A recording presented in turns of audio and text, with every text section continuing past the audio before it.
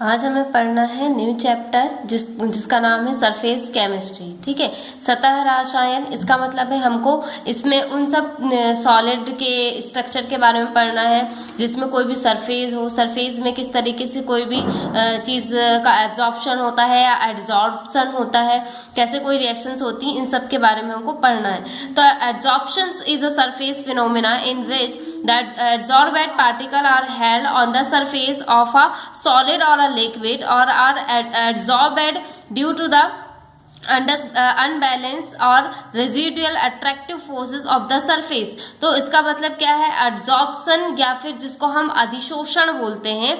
जैसे कि कोई भी चीज एब्जॉर्ब होती है किसी भी सरफेस पे, यदि कोई भी आप जैसे कि किसी कागज में पानी छिड़क दें तो वो कैसे एब्जॉर्ब हो जाता है और कागज गीला हो जाएगा, उसी तरीके से हर एक मेटल या हर एक सरफेस पे किस तरीके से कोई भी चीज एब्जॉर्ब हो रही है उसके बारे में हमको देखना है। लेकिन ये एब्जॉर्प्शन से थोड़ा सा अलग है, ये एड्जॉर्प्शन है जिसको हम अधिशोषण कहते हैं। ठीक है, तो अधिशोषण या एड्जॉर्प्शन क्या होता है, तो ये एक सरफेस फिनोमेना है, यानी कि ये एक सतह पे होने वाली घटना है in which the adsorbate particle are held on the surface of a solid or a liquid। तो किसी भी सॉलिड या लिक्विड के जो पार्टिकल होते हैं वो किसी सरफेस पर क्या होते हैं, एड्सॉर्ब होते हैं यानी अधिशोषित होते हैं और are adsorbed due to the unbalanced और residual attractive force of the surface. और वो क्या करते हैं कि उस पृष्ठ में क्या करते हैं, किसी कोई एक सॉलिड है उसके पृष्ठ पे कोई लिक्विड या गैस का एड्सॉर्प्शन हो रहा है तो वो उसकी सतह पे क्या करता है, एक अनबैलेंस या रेजिडुअल अट्रैक्टिव फोर्स जो है वो लगाता है। The substance which get adsorbed on the surface is called adsorbate. Well, the substance, solid or liquid, on whose surface the process of adsorption takes place is called adsorbent। तो adsorption reaction समझ में आई कि किसी भी surface में किसी भी मतलब कोई एक सरफेस है उसमें अगर कोई लिक्विड या सॉलिड जो है वो उसमें एड्जॉर्बेंट हो रहा है। क्यों एड्जॉर्बेंट होता है या किसको हम एड्जॉर्बेशन कहते हैं, जब क्या होता है किसी भी सतह में कोई भी आप पार्टिकल्स को डालें और उसकी जो कंसंट्रेशन होती है वो उस सॉलिड के टोटल जो बुल्क होता है, टोटल बल्क या टोटल स्थूल आप कहें अंदर से बाहर तक जितनी भी उसमें जगह होती है उसकी कंपैरिजन में उसकी सरफेस पे उसकी सांद्रता, जो एड्सॉर्ब होने वाले पार्टिकल है उसकी सांद्रता उसकी सरफेस पे सबसे ज्यादा हो तो इसको हम एड्सॉर्बेंट कहते हैं। ठीक है, और एड्सॉर्बेंट में क्या होता है कि जिस भी पार्टिकल का एड्सॉर्बेंट हो रहा है उस पार्टिकल को उसे हम क्या कहते हैं, एड्सॉर्बेट कहते हैं। और जिस सरफेस पे एड्सॉर्बेंट हो रहा है, जिस सरफेस पे एड्सॉर्बेशन हो रहा है उसको हम एड्सॉर्बेंट कहते हैं। तो एड्सॉर्बेट क्या है, अधिशोष से है यानी जिसको सोखा जा रहा है। एड्सॉर्बेंट जिसके जरिए यानी जिस सरफेस पे वो एड्सॉर्बेशन रिएक्शन हो रही है उसको हम एड्सॉर्बेंट या अधिशोषक कहते हैं। ठीक है, the phenomena of removal on whose surface the process removal of adsorbate from the adsorbent surface is called desorption। इसका मतलब है जब भी एड्सॉर्बेंट से आप एड्सॉर्बेट को हटा दें तो इसको हम डी एड्सॉर्बेशन कहते हैं, यानी कि जब क्या हो कि एड्सॉर्बेशन का उल्टा हो। ठीक है, the substance can thus the removed easily by the process of desorption, while special method have the employed for the removal of adsorbent substance। Sometimes the process of absorption and adsorption take place simultaneously and it's quite impossible to distinguish between both these processes by experimental method। Such a phenomena is a term of absorption। इसका मतलब है कई बार क्या करते हैं कि adsorption की जो प्रोसेस है उसको आप एक्सपेरिमेंटल मेथड के थ्रू नहीं बता सकते हैं और इसी फिनोमेना को हम सॉर्प्शन कहते हैं। ठीक है, तो एड्सॉर्प्शन समझ में आया, एड्सॉर्बेट याद रखना है जिसका एड्सॉर्बेशन हो रहा है और एड्सॉर्बेंट मतलब जिसमें हो रहा है। ठीक है, अब है सरफेस एड्सॉर्प्शन क्या कहलाता है, सतह अधिशोषण। When the concentration of gases or liquid is higher at the surface of a solid than that concentration it is bulk, then this phenomena is known as adsorption। ऐसी रिएक्शन जब क्या कोई gas या liquid की जो concentration एक सतह है मान लो, ठीक है, उसमें वो सॉलिड सरफेस है, उसमें किसी गैस या लिक्विड का क्या हो रहा है, वो उससे टकरा रहे हैं। तो जब उस गैस या लिक्विड की उस सॉलिड की सरफेस पे कंसंट्रेशन बहुत ज्यादा हो, किसकी कंपैरिजन में, उस पूरे के पूरे सॉलिड के बल्क के कंपैरिजन में, बल्क का मतलब है उसके अंदर जितना भी मटेरियल है वो ये जितना भी जगह घेरा है उसके कंपैरिजन में उसकी सरफेस पे इन लिक्विड या गैसेस का सबसे ज्यादा कंसंट्रेशन हो जाए, तो इस घटना को हम एड्सॉर्प्शन कहते हैं। This is surface phenomena which occur due to the unbalance forces at the solid surface.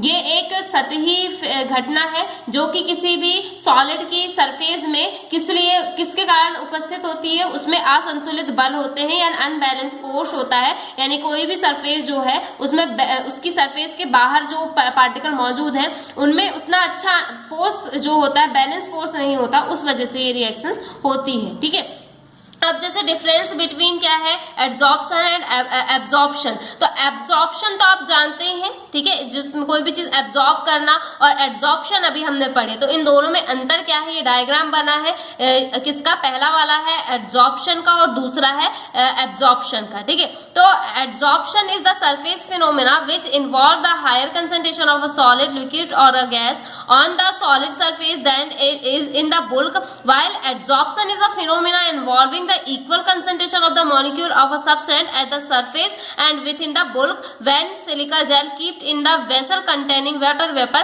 तो क्या कह रहा है कि एड्सॉर्प्शन और एब्जॉर्प्शन में क्या अंतर है। एड्सॉर्प्शन हमने अभी पढ़ा कि किसी भी सॉलिड या लिक्विड का, किसी भी लिक्विड या गैस का, किसी भी क्या कहते हैं सॉलिड के ऊपर उसमें उसकी कंसंट्रेशन क्या हो जाए, उसकी पूरी की पूरे बुल्क के तुलना में कंसंट्रेशन ज्यादा हो जाए, तो वो क्या कहलाएगा, एड्सॉर्प्शन। ठीक है, वो कहलाएगा एड्सॉर्प्शन। जैसे ये मान लो कोई सॉलिड है, ये उसकी सरफेस है, यहाँ पे कोई भी लिक्विड या गैस का एड्सॉर्प्शन हो रहा है, तो देखो उसकी जो सरफेस है सिर्फ वहां पे पार्टिकल्स की कंसंट्रेशन सबसे ज्यादा है, जबकि अंदर जो पूरा का पूरा बल्क है उसमें कंसंट्रेशन बहुत कम है। तो ये एड्सॉर्प्शन है। और एब्जॉर्प्शन क्या होता है, एब्जॉर्प्शन वो रिएक्शन है जिसमें कि किसी भी सॉलिड में लिक्विड या गैस का अगर एब्जॉर्प्शन हो रहा है तो उसकी कंसंट्रेशन क्या होती है, पूरे के पूरे बल्क में एक समान होती है। ठीक है, तो जैसे कि यहाँ पे दिया है, अगर हम सिलिका जेल को एक वेसल में कंटेनिंग वेपर में रख दें और जिसमें वाटर वेपर हो,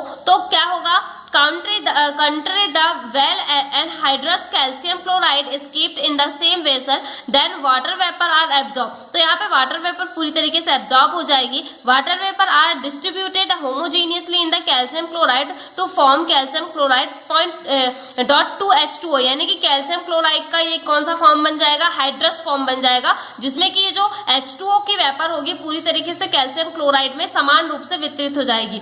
if ammonia gas is keeped in the of charcoal, the ammonia gas is absorbed by a charcoal। अगर चारकोल को आप क्या करेंगे, अमोनिया गैस में रखेंगे, तो ये चारकोल जो होगा वो अमोनिया गैस को अब्सॉर्ब कर लेगा। तो ठीक है, इस तरीके से अब्सॉर्प्शन होता है। जैसे कि मान लिया जाए कि ये एक वेसल है, इसमें आपने कोई मतलब सॉलिड को रख दिया है, ये दो सॉलिड है। ठीक है, तो अगर इसमें एब्जॉर्प्शन हो रहा है, तो ये अगर मान लो ये लिक्विड है, इसमें पूरा लिक्विड भरा हुआ है, जैसे ये लिक्विड है, तो अगर एब्जॉर्प्शन हो रहा है, ठीक है, एब्जॉर्प्शन हो रहा है, तो ये लिक्विड क्या होगा, ये पूरी तरीके से इस सरफेस के साथ साथ इसके अंदर भी एक साथ जो होगा वो वितरित हो जाएगा। और जो एब्जॉर्प्शन है उसमें क्या होगा कि ये लिक्विड जो होगा सिर्फ और सिर्फ इस सरफेस में उसकी कंसंट्रेशन सबसे ज्यादा होगी कंपैरिजन इस बुल्क के। ठीक है, तो ये होता है एब्जॉर्प्शन और ये होता है एड्सॉर्प्शन। ठीक है, अब नेक्स्ट है द रीजन ऑफ एड्सॉर्प्शन। क्या कारण है कि एड्सॉर्प्शन की रिएक्शंस होती है,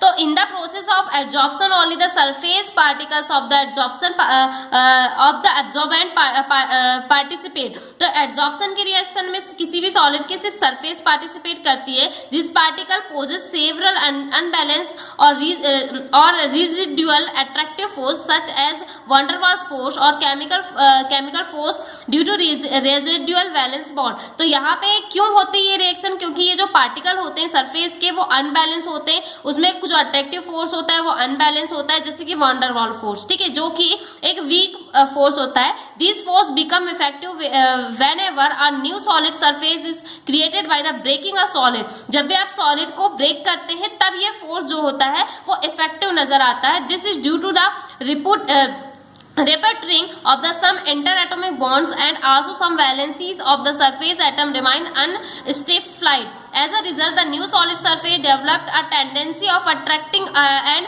holding the liquids or gases molecules that come in its contact. In this process, the surface energy of solid is decreased and it requires a stable state. जब भी अगर आप कोई सॉलिड को ब्रेक करते हैं, जैसे कि ये एक सॉलिड है, अनबैलेंस फोर्स और न्यू सरफेस बता रहा है ये, तो ये जैसे एक सॉलिड है, अगर इसको आप बीच से ब्रेक कर रहे हैं तो ये दो पार्ट में बटा है, तो यहाँ पे जो है इन सब के बीच में कुछ बॉन्ड बने हुए हैं या कुछ फोर्स है। जैसे ही आप कोई नया मतलब उसको तोड़ते हैं तो एक नई सरफेस बन जाएगी। अभी ये एक सिंगल सरफेस थी, अब आप दो पार्टिकल बनाएंगे या दो चीजों में उसको तोड़ देंगे तो दो सरफेस बनेगी। तो इनमें की टेंडेंसी होती है कि इनको एक सतह बनाने के लिए या एक सरफेस बनाने के लिए कुछ बॉन्ड बनाने पड़ते हैं, ठीक है, या कुछ फोर्स होता है ताकि अपनी सरफेस को बना पाए। और इसी बॉन्ड बनाने की क्षमता या टेंडेंसी के कारण या इसी फोर्स के कारण ये क्या करते हैं, अपने आसपास के लिक्विड, आसपास की गैसेस को अपनी ओर अट्रैक्ट करते हैं, उनके साथ बॉन्ड बनाते हैं और इस तरीके से एक सरफेस बन जाती है, ठीक है। तो the process of absorption does the place take, और इसी वजह से एब्जॉर्प्शन की प्रोसेस होती है, क्योंकि एब्जॉर्प्शन होगा तभी तो ये अपनी सरफेस में किसी चीज को ऐड कर पाएंगे और अपनी सरफेस को बना पाएंगे। This absorption particle are accumulated or concentrate the surface of adsorption only and do not particle inside it. They may be removed by the process of deabsorption. तो इस तरीके से पार्टिकल एब्जॉर्ब होते हैं कि इसको आप deabsorption की मेथड से इनको रिमूव भी कर सकते हैं। अब एड्जॉर्प्शन और एब्जॉर्प्शन में अंतर दिया है। एड्जॉर्प्शन एक सरफेस फिनोमिना है और ये एक होमोजीनियसली है जो पूरे के पूरे बल्क में होता है। एड्जॉर्बेंट पार्टिकल जो होती है उनके हायर कंसंट्रेशन सिर्फ सरफेस में होती है और एब्जॉर्प्शन में वो पूरे के पूरे बल्क में होती है concentration. Absorption start the fast and the gradually slow down, पहले फास्ट होती है फिर स्लो हो जाती है और इसमें जो होती है वो यूनिफॉर्म स्पीड से चलती है, ठीक है। फिर नेक्स्ट है ओनली द सरफेस मॉलिक्यूल्स और atom of the absorbent actually participate in the absorption. इसमें सिर्फ बाहर के पार्टिकल ही बस पार्टिसिपेट करते हैं और इसमें पूरे के पूरे बुल्क के पार्टिकल पार्टिसिपेट करते हैं। द एब्जॉर्प्शन सब्सटेंस में be remove easily by the process of desorption. Desorption की प्रोसेस से आप इन पार्टिकल को रिमूव भी कर सकते हैं और इसमें इस मेथड में इनको रिमूव करना उतना आसान नहीं होता, ठीक है।